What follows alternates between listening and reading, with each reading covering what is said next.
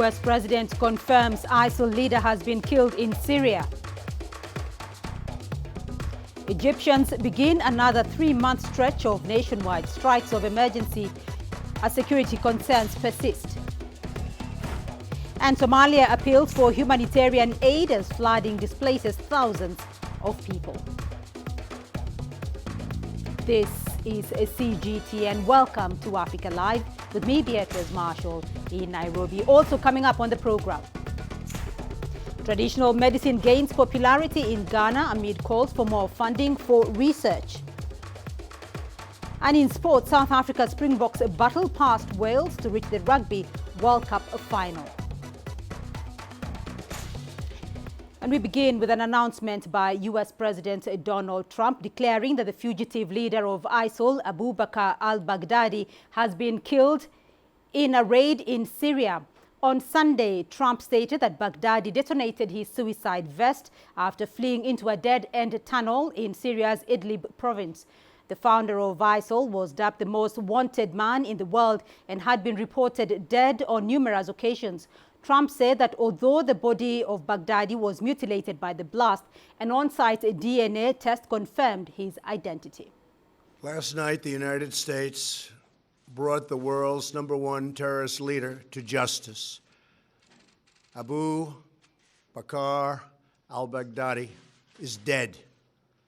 He was the founder and leader of ISIS, the most ruthless and violent terror organization anywhere in the world.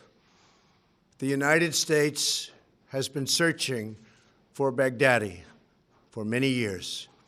Capturing or killing Baghdadi has been the top national security priority of my administration.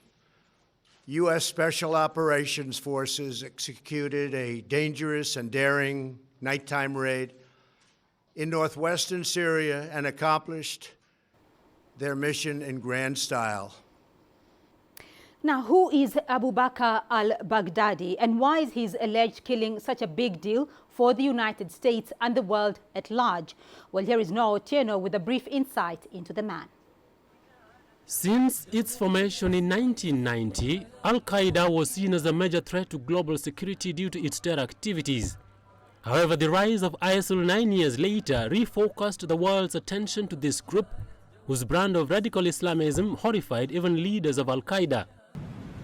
At the center of ISIL's violent acts of murder and human abuse was said to be this man, Abu Bakr al-Baghdadi. Born in 1971 in Baghdad, Iraq, his real name is Ibrahim Awad Ibrahim al-Badri. He is an accomplished Islamic scholar, with some reports indicating that he holds a doctorate degree in Islamic studies from the Saddam University. Until the U.S. invasion of Iraq in 2003, al-Baghdadi was a preacher in one of the mosques in Baghdad. However, his moment of transformation to the prominent leader of the most feared terrorist group happened after his incarceration at the Abu Ghraib prison. Some analysts have branded Abu Ghraib as the incubator of terrorism. The prison has been blamed for the emergence of hardened terrorist groups in the Middle East region. Former Al-Qaeda leader Abu Musab al-Zarqawi is another former Abu Ghraib detainee. Upon his release, al-Baghdadi would later head the Al-Qaeda branch in Iraq, which was then called Islamic State of Iraq.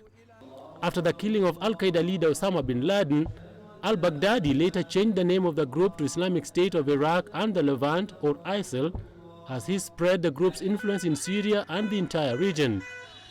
His violent campaigns and initial military successes against the fragmented armies of Iraq and Syria attracted radicalized elements from different countries, including the West. The March 2011 Syrian uprising was a catalyst for ISIL. But a combined international military response led to the defeat of ISIL in the Middle East in August 2019. Al-Baghdadi has been reported killed severally, only to re-emerge with more threats. However, ISIL's ideologies have already spread across the world, with Africa still feeling the brunt of ISIL's brand of radicalization. So far, Egypt, Tunisia, Libya and West Africa have been grappling with ISIL's grim legacy. The group has also been spreading its activities in East Africa through a breakaway group of Somali-based Al-Shabaab. Now, CGTN. Meanwhile, Egyptian President Abdel Fattah el-Sisi has declared a nationwide state of emergency for another 3 months. Since 2013, Cairo has been working to eradicate terrorist groups, especially in the remote North Sinai region. CGTN's Abdel Mahroui has more. On Saturday, the Egyptian president declared that the nation needs to impose another 3 months of emergency state. Since the deadly church's bomb attack in April 2017, the emergency state has been imposed. Legally, this is not a direct continuation of the state of emergency, so it cannot be called an extension and doesn't need a referendum. It has become routine for Egypt to do so to maintain its continuity. The parliament still must approve first. That declaration clearly indicates that Egypt still sees threats to its stability. After a long period of calm, almost reaching 100%, especially in Sinai, we have returned once again to witnessing terrorist attacks that appear organized. Regional threats are expanding. Even those attacks that the authorities stop before happening are an indication that the fight against terrorism is far from over. The state of emergency law gives the authorities the right to arrest and search without prior judicial permission, which the government says is essential to engage with suspects on the spot. Critics warn that such powers could affect personal rights. The government, however, always rejects these claims. This is the 10th extension of the emergency state, and most probably it will not be the last.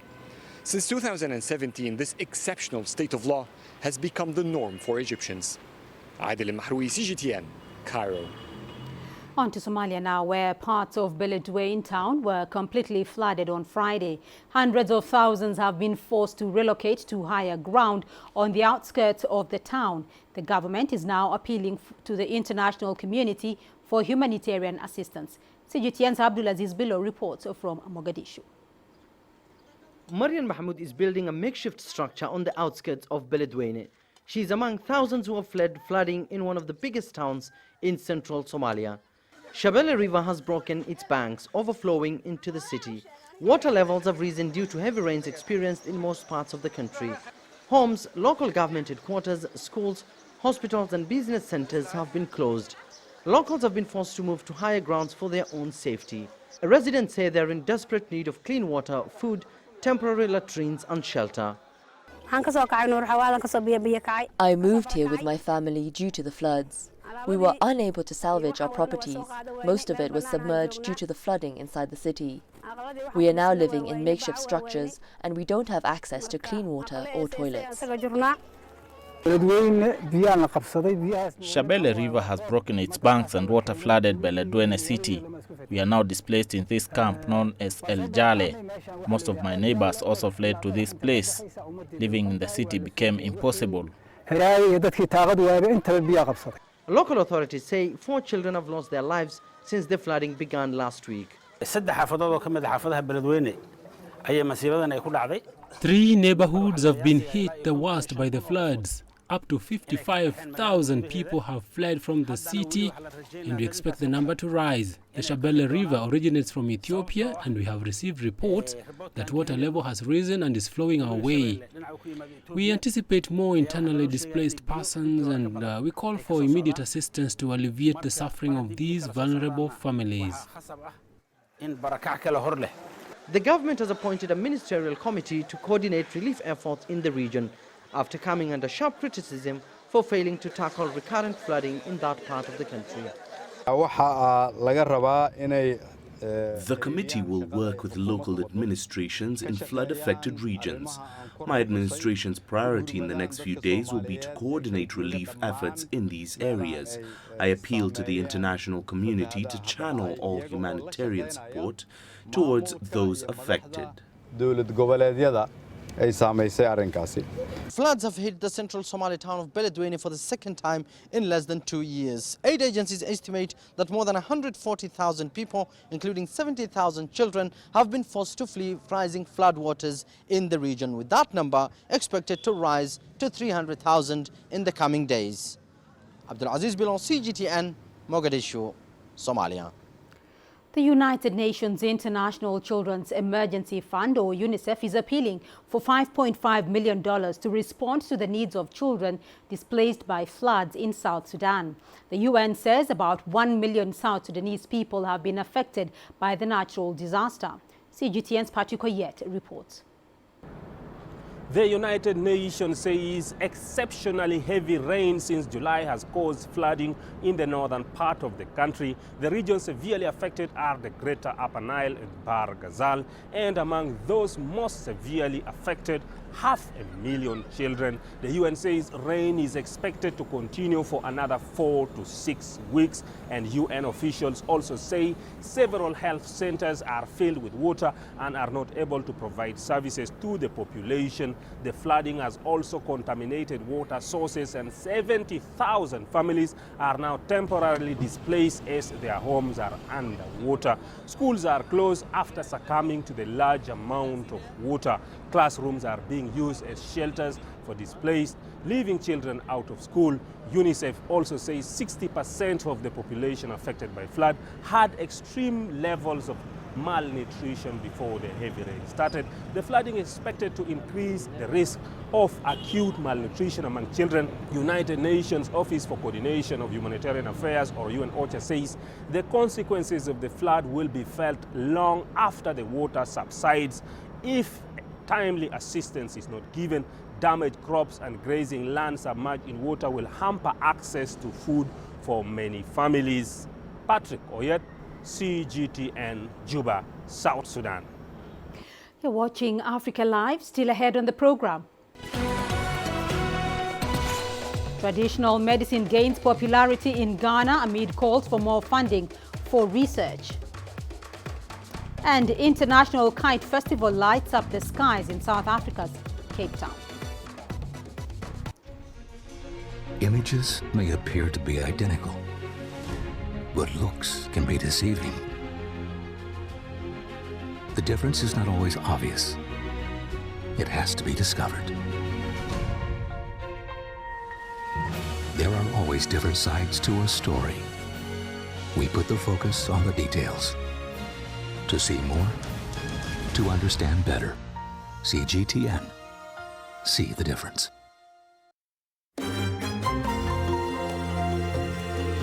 Africa Live. Find your voice.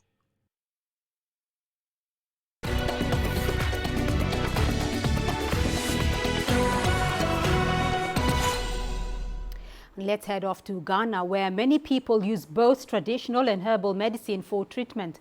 The World Health Organization estimates that there are over 100,000 traditional medicine practitioners across the country. However, there are concerns that many of the plants and herbs used for treatment face extinction. Some traditional medicine practitioners are calling for more funding into the research of plant medicine in the country. CGTN's Nabil Ahmed Rufai reports from Ghana. Dr. Whitney Ankra is a traditional medicine practitioner working at the Herbal Technology Clinic in Accra. She says better research and documentation of plant medicine in Ghana would help her to treat patients. If we do not know what these plants out there have and then how they can help in treating various disease conditions, it means that our diagnosis or our medication prescriptions are always skewed. We'll keep running to the same herbs over and over again, and then eventually we're going to lose the herbs because they may go extinct. Both traditional or herbal medicine are integral to healthcare in Ghana. However, indigenous knowledge about herbal medicines of many Ghanaian cultures has not yet been investigated. The World Health Organization estimates that about 80% of developing countries depend on traditional medicines for their primary healthcare needs. In Ghana, the history of medicinal plants and herbs, like the ones sold in this market, has been passed down through generations as oral tradition and are largely undocumented. Ghana has now established a body to monitor and regulate the herbs used by healers to prevent their extinction due to overuse. The Traditional Medicine Practice Council is expected to document and help replant diminishing medicinal plants in the country. Fulera Chamba has been selling herbs at this market for decades. She says some of the plants are endangered as a result of deforestation in some parts of the country. It would be great to document these herbs. This could help a lot of people easily identify them when they come into the market to buy. Practitioners say more funding is also needed into the research of plant medicine. It has a lot of prospects, but it has very little funding. So we need to invest more in that field, that department, whatever it is, because every day, if we are to even find research on one plant every day throughout the year, that's 365 plants. Dr. Ankra says the research and documentation of plant medicine could boost the practice of traditional herbal medicine in Ghana. She believes it would give practitioners like her more alternatives using herbs in the treatment of their patients, while also preserving the country's heritage. Nabil Ahmed Rufai, CGTN, Accra, Ghana. In South Africa, the skies above Cape Town were once again bursting with colour at the annual Kite Festival. Local and international kiters came to show off their incredible creations and skills. Here's CGTN's Travers Andrews. Like a bird soaring through the skies, every year spectacular kites are usually the star attraction of the Cape Town International Kite Show. And this year, all eyes were on Donkey. This year we also have a Hope Station, which is a massive kite where people can put messages of hope. And we hope to, ensure that the kite takes flight later today or tomorrow. We also have lots of kiddies activities taking place and the amazing EduKite competition where children come and they redesign, they create the themes on their kite skins, which we can then take flight. It has been running for the last 25 years, and even today, it still enjoys massive support amongst the public. It's also a key calendar event that the city has supported for many years now. It's an event that we all love. Look behind you, look at the festivities, look at the incredibly inclusive number of Cape Townians who come and participate, look at the cause that we're fighting it for. So there is absolutely no reason not to be excited about this, and look at the kites. Some of the repeat visitors to these skies include the famous dragon, but the great white shark pursuing an octopus is a new entrant. For many professional kiting enthusiasts, the sport is all about taming the skies with their latest soaring creations. But for some others, the pastime also takes on a significant cultural meaning. For us, it's the first time to be part of this. I think this year is the 25th of Cape Town International Cat Festival, and we, as part of the culture performance team, we are part of this event. And one of our mission for the Huaxing Arts Group is integrating our community to the local community and promote a cultural exchange between China and South Africa. All the proceeds of the festival are actually for a good cause. They go to raise awareness about mental health issues, where there are no competition winners, just participants having fun. Travis Andrews, CGTN, Cape Town. Let's now take a look at your sports news. Here's what's ahead. South Africa's Springboks battled past Wales to reach the Rugby World Cup final.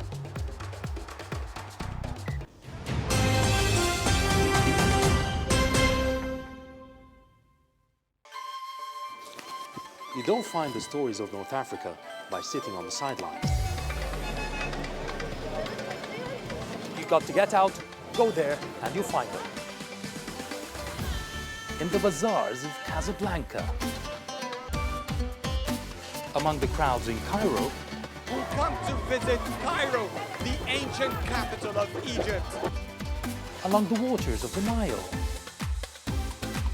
Along the sands of the Sahara. No one else will take you where we can in North Africa. No one else will show you what it's all about. CGTN, see the difference.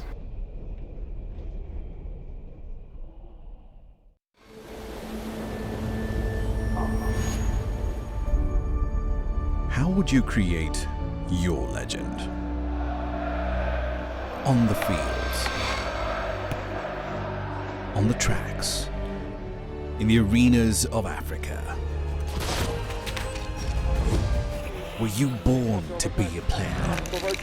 Could this moment be yours?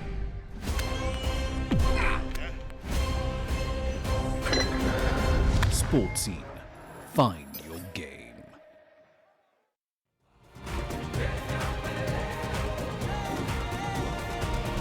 Africa Live. Find your voice.